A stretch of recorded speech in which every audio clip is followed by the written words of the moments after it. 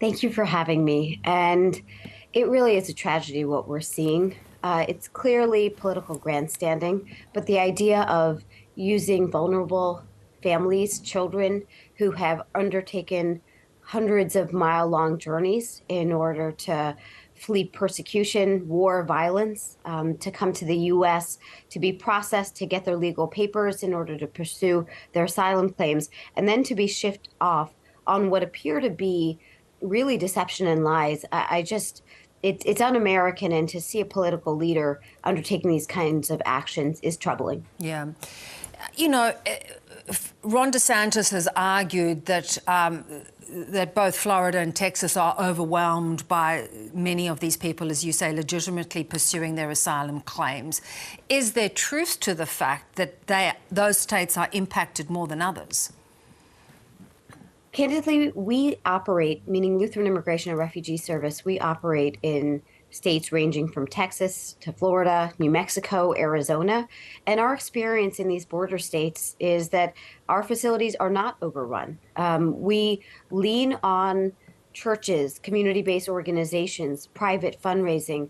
Just want to be clear that when we're talking about asylum seekers, the services they're receiving are not typically government funded. There really is no social safety net when it comes to asylum seekers versus refugees. And so what they rely on is the generosity of local communities. And what we have seen is Americans open up their hearts and minds, knowing that these are people who are fleeing communist dictators and hoping that America will be a beacon of freedom and hope for them. Yeah. To that point, what sort of facilities are available to offer that kind of support in places like Martha's Vineyard, which is really a holiday destination that is pretty much emptied now that the summer is over? That's exactly the situation that these families faced. And it's disconcerting because it seems as though the governor knew that, which is why he wanted to send them to an isolated island, even though they were told from the accounts that we've heard that they were heading to, a major metropolis like Boston. Thankfully, the community there, they stepped up. They wanted to help.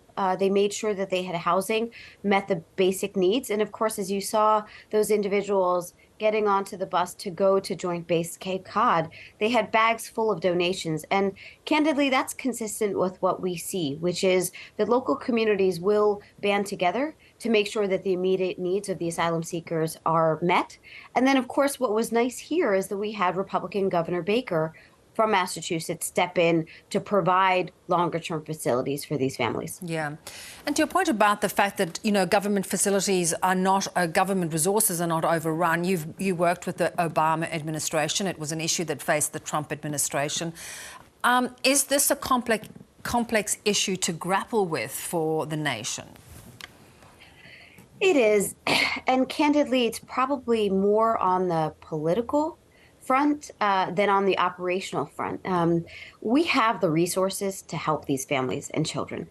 It's really a question of resource allocation. But the trouble with that is that it gets mired in politics.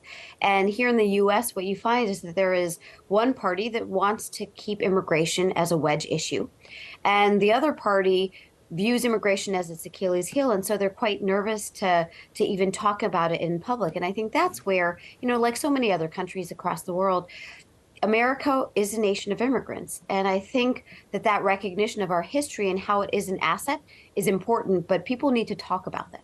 Yeah. Really disturbing. Is it your expectation, Krish, that these sort of political stunts to move migrants or asylum seekers is going to stop now, or do you think it's going to continue?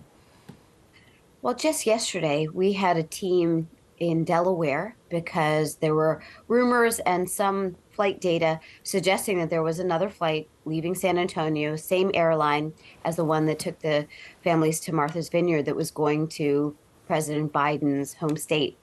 And after a day of flight delays, cancellations, ultimately that flight landed in New Jersey, and there were no migrants on that flight.